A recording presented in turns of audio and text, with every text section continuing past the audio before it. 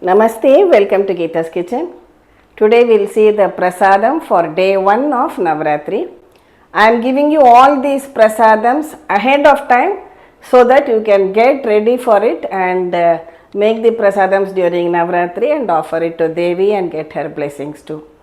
So day 1 Prasadam we are planning to make Makhana Kheer and Moong Dal Sundal. Sundal is made generally during every day of Navratri in households in Tamil Nadu.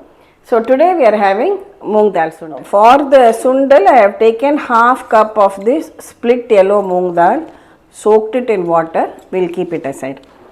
So first we will make the sweet, that is the Makhana Kheer. So take a pan, rinse the kadai with water before adding milk so that it doesn't stick. Here I have taken about 500 ml of milk and we will bring it to a boil. Take a teaspoon of ghee in another kadai. These are called as makhanas, also known as lotus seeds or foxnuts. North Indians will be familiar. South Indians, you can easily get this in any departmental store or online too. So first we will fry these makhanas in the ghee.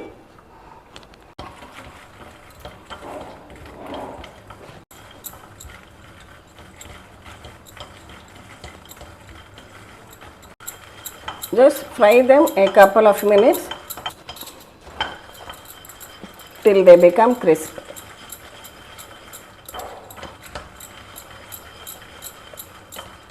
Do it over a low flame.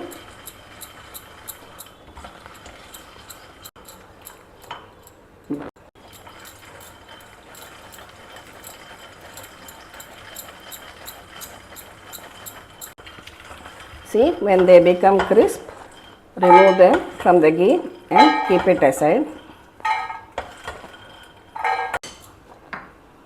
Allow it to cool to room temperature. When it has cooled to room temperature, just take about 2 tablespoons of this and we will grind it into a coarse powder in a blender jar. You can just pulse it 2 or 3 times. Now keep it aside. See, the milk is boiling well now. We will add 1/4 cup of sugar to this.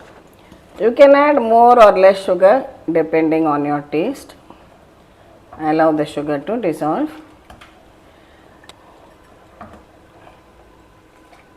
When the sugar has dissolved well, I am just adding a pinch of the saffron so that it releases the color in the hot milk, and also a little bit of cardamom powder.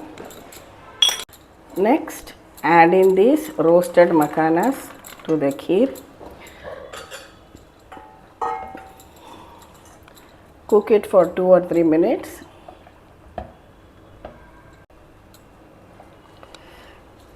After that, add this crushed makhana, the coarse powder which we made. So this will give some thickness also to your kheer and tastes good too. Now heat a teaspoon of ghee. Here I have some cashew nuts which I made into halves and fry them till they become a golden color.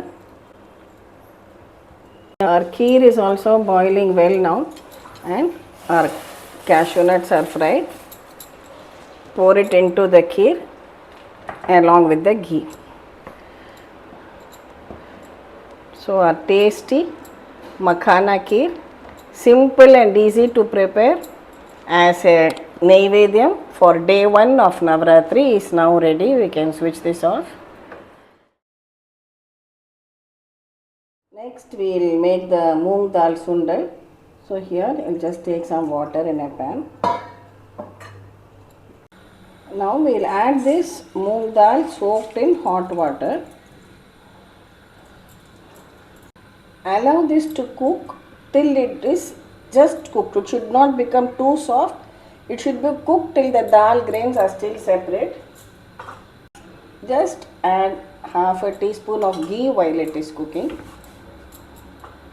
See, the dal has cooked well but still retaining its shape. Now switch it off. We will drain it out.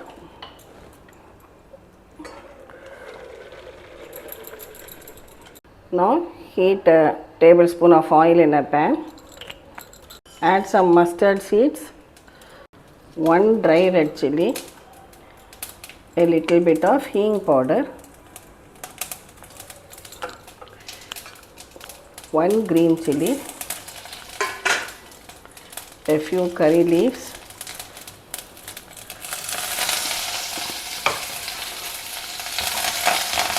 next add in this cooked dal.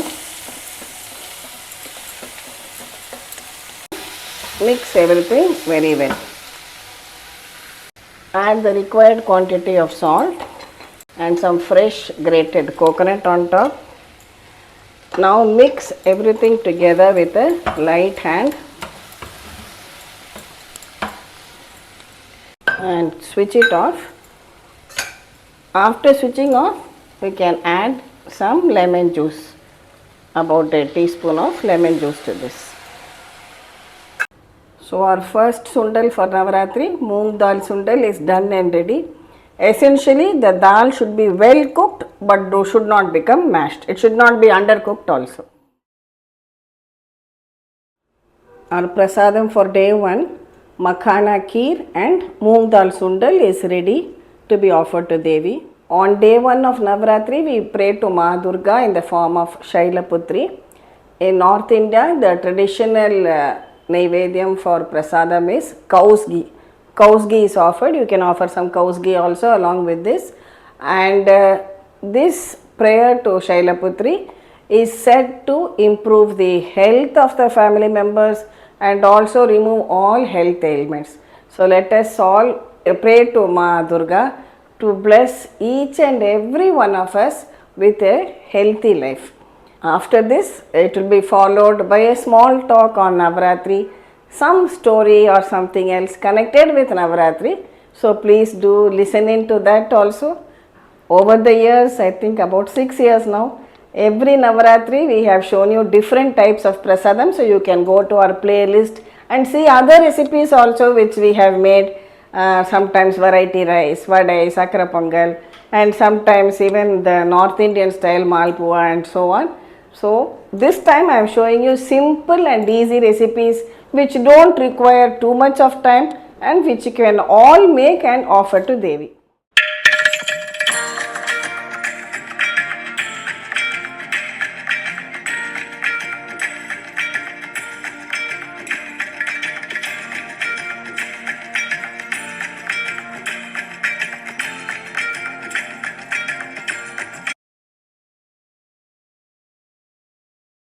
Namaste, welcome to Geeta's Kitchen. Happy Navratri to all. Navratri begins on Sunday, the 15th October. The story of Navratri and Durga Puja can be found in the Markandeya Purana, and you have the Devi Mahatmyam, which has 700 shlokas describing how Devi fought with several demons and slayed them, and the Devas showering praises on Devi once she has destroyed all these asuras. A very popular hymn sung during Navaratri, not only in South India, I am sure it is all over India. I remember as children at home, my father used to make us sing this Mahishasura Mardini Sotram every evening after the puja. Many of you will be familiar with it. It starts with Aigiri Nandini Nandita Medini Vishwa Vinodini Nandanute Girivara Vindhya Sirodini Vasini Vishnu Vilasini Jishnu Nute Bhagavati Hesiti Kanta Kutumbini Bhuri Kutumbini Bhuri Krite Jaya Jaya He Mahishasura Mardini Ramyaka Pardini Shaila Sute. So she is known as Mahishasura Mardini, Devi who killed the Asura, Mahishasura, and she is also known as Shaila Sute, that is the daughter of the mountains. So the first day of Navaratri is also celebrated as, where she is worshipped in the form of Shaila Putri, as the daughter of Himavan or Parvati. Now here we would like to see the story of Mahishasura, how Devi killed this Asura. Who was Mahishasura? Many thousands of years ago, there were two Asura brothers. Asuras are demons, known as Ramba and Karamba.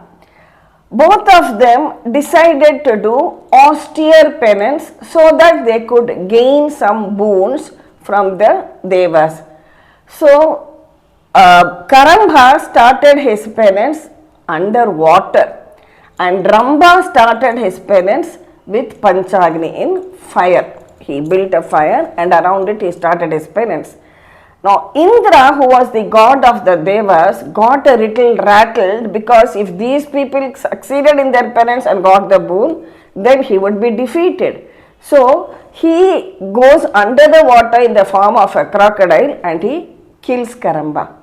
Ramba, however, is successful in his penance and then he gets a boon that he will become all powerful and he cannot be destroyed by man or god and so on, and he becomes invincible and he starts plundering the earth and goes to the heavens and troubling the Devas too.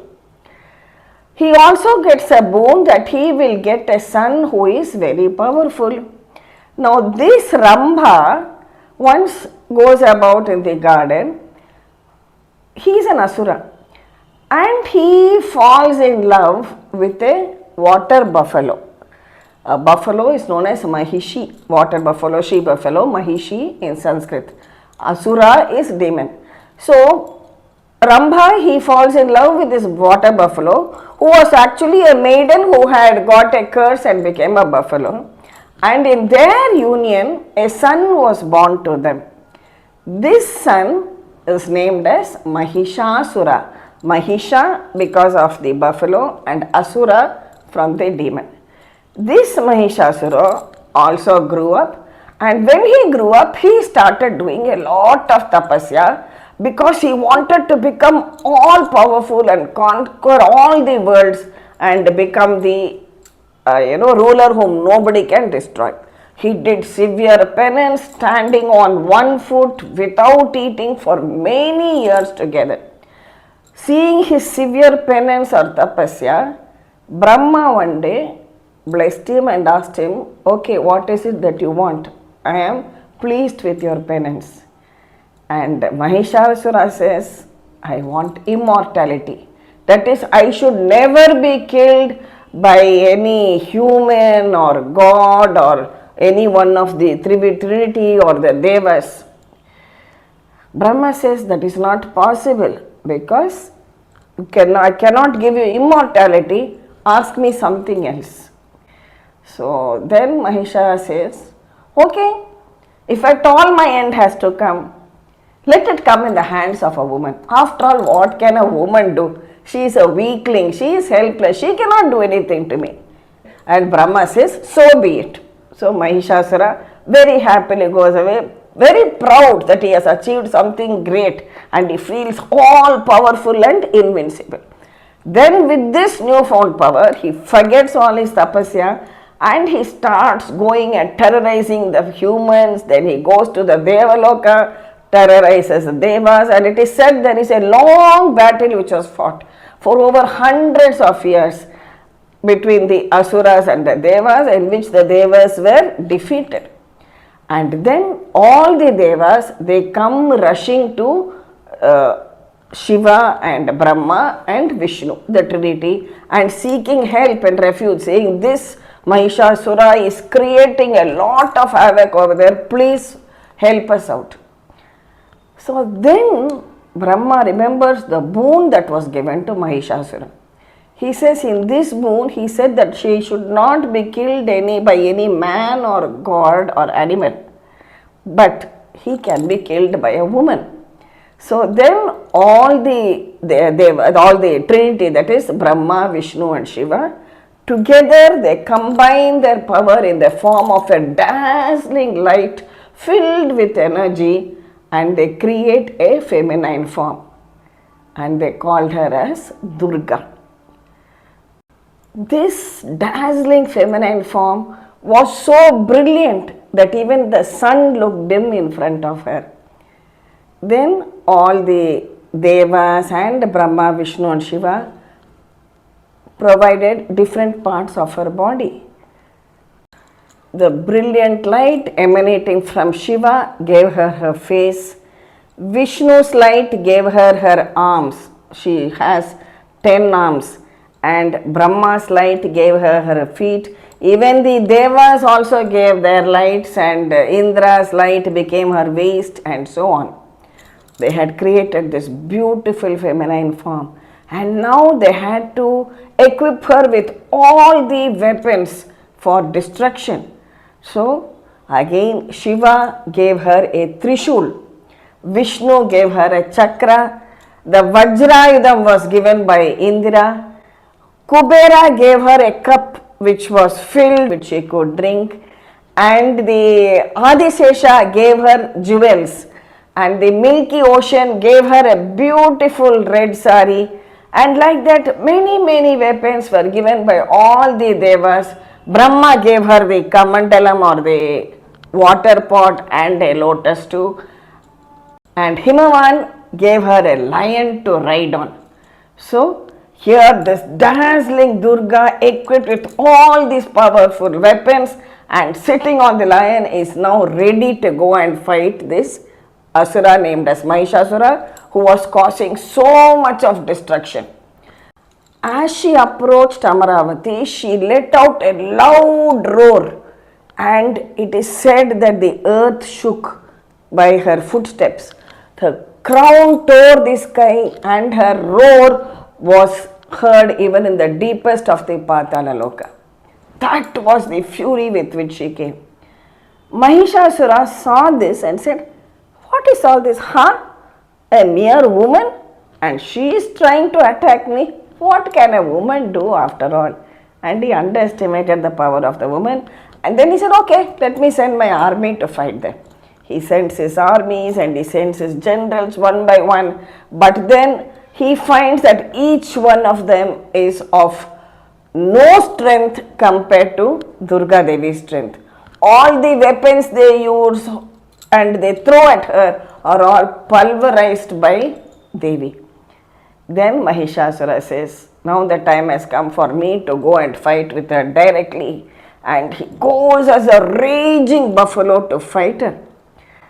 Then when he fights, Ambika also fights with him equally, and the battle rages on.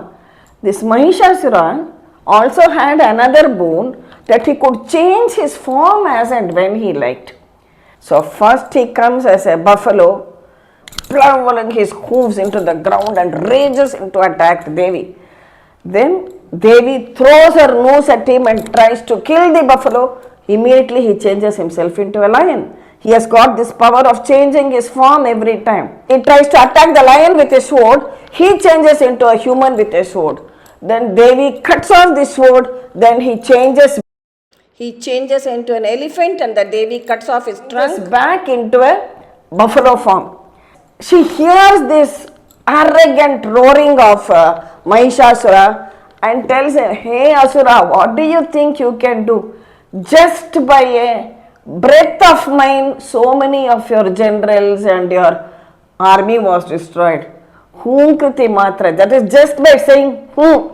The breath of the lion, or even by Devi just saying who, so many of our soldiers and army were destroyed. What are you in front of me?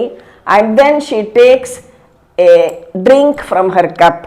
She tells him, as Mahishasura is roaring arrogantly, she says, "Garja garja kshanam moda madhu yavat pibamyaham maya tvayi hate traiva garjishantyashu devataha." Oh fool, go on roaring for a few seconds till I just drink from this cup, because after that your end will be there, you will be finished, and then it will be the time of the Devas to roar loudly in happiness.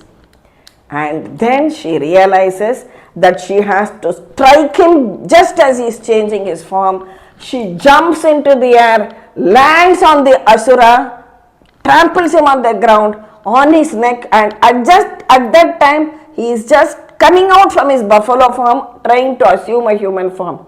You would have seen those pictures where up till the waist it is a human form. He is just changing his form and coming out. Right at that moment, Devi crushes him under her trishul and tramples him with her feet. And then all the gods are happy and they sing praises they sing hymns in praise of her, saying Jaya Jaya Devi. What is the real significance of this story? It shows that we have to conquer the negative qualities in us. Mahishasura represents the Rajoguna, the arrogance, the pride in him, that he is all powerful and invincible. And also we have to conquer our limitless desires. The story is saying that he changed from a buffalo to a lion to a human to an elephant and then back to a buffalo and then wants to change into human again, shows our desires. First we want one thing, we feel yes, that will give me perfect happiness, beyond this I don't want anything more. You get that, then you say now it will be nice if I have a beautiful car. You get the car, then tomorrow you see somebody has built a beautiful house, you feel I must have something even bigger than that. Yes, dharmic desires are good, but then when it becomes greed, it becomes bad. So your desires keep on shifting from one to another and to another, and then there is no end at all, and it only results in greed and wanting more and more and more. So this Mahishasura Mardini story is actually to tell us to destroy the negative qualities in us. Dashera is celebrated on the 10th day. On the 9th day, Mahanavami, Devi destroyed Mahishasura. On the 10th day, she emerges victorious and it is celebrated as Dashera. What is Dashera? Dasha, Hara. Dasha is 10. Hara is destruction. Destruction of what? Destruction of the 10 negative qualities in us. So let us all endeavor to destroy one negative quality each day. Make an attempt. It might come up again, but make an attempt on each day of the Navratri so that we also emerge victorious like Devi. Ya Devi Sarvabhuteshu Shakti Rupena Samstita Namastasyai Namastasyai Namastasyai Namo Namaha. I bow to that Devi who is present in the form of Shakti or energy in all the beings in the world. My salutations to her. See, the practices and observation of fast, etc. change the kind of foods you eat. There is a difference between what happens in North India and South India. In some parts, you are not allowed to eat rice, but you are allowed to eat wheat. In other parts, you don't eat wheat products, you eat rice. So this changes. Some people observe a strict fast. They live only on fruits and milk for these 9 days. Some people only eat one meal a day. These are different types of discipline to be able to control your mind. In South India, we have this Bommegulu where we have, steps 3, 9, 7, 11 and so on, where we keep traditional dolls, and then we offer Sundal every evening. Sundal is made from different pulses. I will be showing you the recipes too. And so accordingly you can observe. But what is important apart from this fasting in the time with respect to your diet, I would say we need a little bit of fasting for the mind too for each of these days. So the upavas for the mind. On day 1, let us try to at least starting with half an hour, 1 hour of the day, try to remove all negative thoughts from your mind.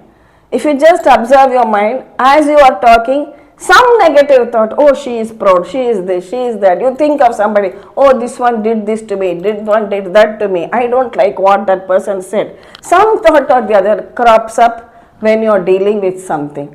So make it a point that this upavas we should follow on the first day of Navratri by withdrawing ourselves from all negative thoughts which may arise.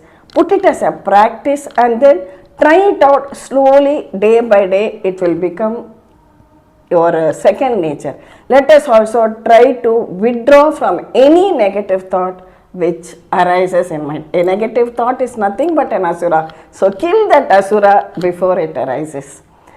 Thank you for watching the video. Please subscribe to Geeta's Kitchen and we'll meet again with another interesting video from Geeta's Kitchen. Periva Sharanam. Jai Ambe.